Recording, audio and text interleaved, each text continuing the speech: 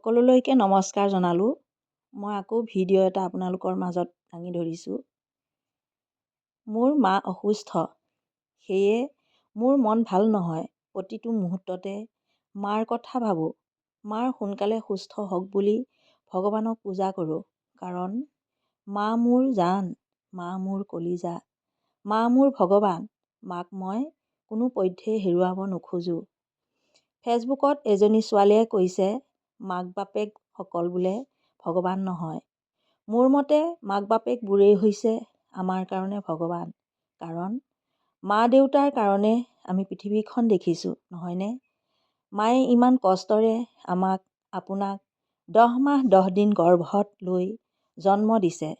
তাৰ পাছতো কেঁচুৱাটোক ডাঙৰ দীঘল কৰা কিমান কষ্ট।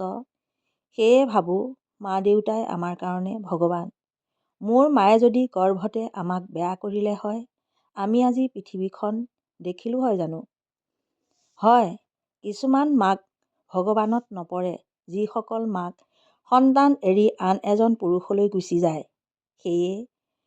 সেইসকল মাকৰ নামত কলংক। সেইসকলৰ কাৰণে ভাল মাকবোৰক কিয় সাঙুৰি লৈছা?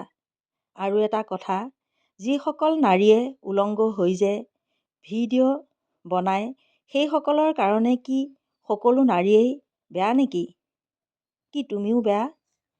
তোমাৰ কথাত ক'বলৈ গৈছোঁ, কেইজনীমান মাকৰ কাৰণে সকলো মাক বেয়া বুলি নক'বা আৰু ভগৱান নহয় বুলি নক'বা। কাৰণ উলংগ হৈ বেয়া ভিডিঅ' বনোৱা সকলৰ দৰে সকলো নাৰী বেয়া নহয়। তুমিও নোহোৱা, আমিও নহওঁ। আকৌ ছোৱালীজনীয়ে এইটোও কৈছে, নিজৰ মাক দেউতাকক ভগৱান বুলি ভাবে, আনৰ মাক দেউতাকক কিছুমান লোকে বেয়া ব্যৱহাৰ কৰে। তেনেকৈ নক'বা।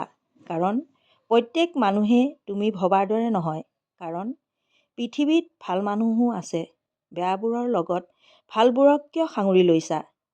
যিসকল মানুহে নিজৰ মাক বাপেকক ভগৱান ভাবি আনৰ মাক বাপেকক বেয়া ব্যৱহাৰ কৰা জন কেতিয়াও প্ৰকৃততে মানুহ নহয়, তেওঁ এজন দানৱ। সেয়ে তোমাক কৈছোঁ, তুমি মা দেউতাক ভগৱান বুলি ভাবিবলৈ শিকা। সকলো মানুহ সমান নহয়। এই পৃথিৱীত ভাল মানুহো আছে। ধন্যবাদ থাকিল।